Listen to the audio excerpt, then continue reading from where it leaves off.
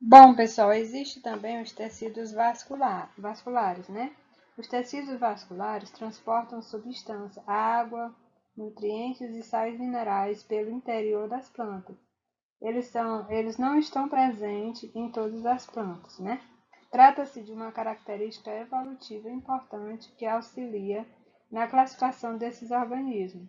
Eles podem ser de dois tipos, o xilema ou o floema. O xilema é o tecido vascular responsável por conduzir água e sais minerais para todas as partes da planta. Ele possibilita a condução de água das raízes até as folhas da copa das árvores e de grande porte, de modo que a água não tenha de passar de célula em célula, atravessando membrana, parede celular, todo o interior da célula, assim por diante, né? Já o floema é um tecido que conduz principalmente as substâncias orgânicas produzidas durante a fotossíntese, que ocorre em especial nas folhas e precisa atingir todas as células da planta. É um tecido formado basicamente por células denominadas elementos crivados, que conseguem interligar suas membranas e o citoplasma a uma área de conexão com os poros chamada de placa crivada. Mas aí não iremos detalhar, o que importa é que vocês diferenciem qual a função de cada um deles, tanto do xilema como do floema, né? Como que vocês estão vendo aí no nosso slide. Bom, pessoal, falando aqui das principais partes das plantas, que já destacamos alguma coisa no slide anterior, que são raiz, caule, folhas e frutos, são partes meristemáticas que fazem parte das partes da planta, né? Começando aqui falando sobre as raízes. As raízes, além de absorver água e outras substâncias, têm a função de fixar a planta ao substrato, ao solo, não é isso? Possui regiões como zona de divisão celular, que é a coifa, que essa região são as regiões de divisão da raiz, né? Essa zona de divisão celular ela é composta pelo meristema apical, onde ocorre a divisão celular, promovendo o crescimento da raiz, é o ápice da raiz, lá na pontinha, né? Em comprimento, possui uma camada de célula protetora chamada de coifa, que ajuda a raiz a penetrar no solo. A zona de alongamento é o local onde as células produzidas no meristema cresce aumentando o comprimento da raiz. E a zona de maturação é a região com pelos na qual ocorre a absorção de água e os minerais, é onde a planta retira os nutrientes do solo para promover o seu crescimento, né? Elas apresentam dois padrões de crescimento. O pivotante, que é aquela raiz que não tem muita ramificação, é como se tivesse um filamento só, um fio só de raiz, não tivesse aquelas raizinhas secundárias. E a raiz fasciculada, que é uma raiz que tem várias ramificações. Podemos observar como a raiz fasciculada dá exemplo do capim, né? O capim, as plantas, os capins apresentam raízes fasciculadas. Então, existem também raízes especializadas, que são a raiz tuberosa, a raiz que se apresenta como escora, que ela sustenta a planta para que ela, no momento de vento ou alguma ação mecânica do dia a dia, ela se sustente, né? As raízes escora. As raízes respiratórias, que nós temos a presença das raízes nos manguezais, nos mangues, que vemos aqui nas fotos, né? E as raízes aéreas, que não estão presentes no solo, não estão sobre o solo, estão na parte aérea do solo. Então, são especialidades de raiz, mais ou menos do que a gente poderia falar sobre raiz. As células formadas no meristema radicular sofrem diferenciação, dando origem a diversos tecidos da raiz, como a epiderme do revestimento, envolve todas as regiões da raiz, e as células parênquima, preenche a raiz em algumas plantas que são responsáveis pela reserva de substância. E o tecido vascular nas raízes é formado principalmente no centro da raiz. É interessante que a gente tivesse uma aula prática mostrando os diferentes tipos de raiz que fixaria melhor o aprendizado com relação a este assunto.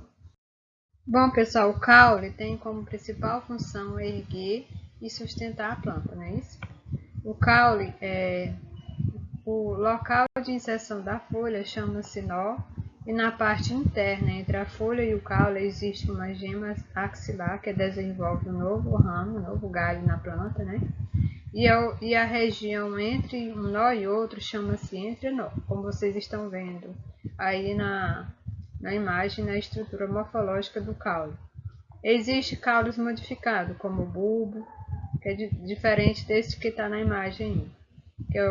Como exemplo do bulbo, a tulipa, né? Tubérculos, que existe o caule da batata, o volúvel, que é o chuchu, e suculento, que nós temos como exemplo o cacto.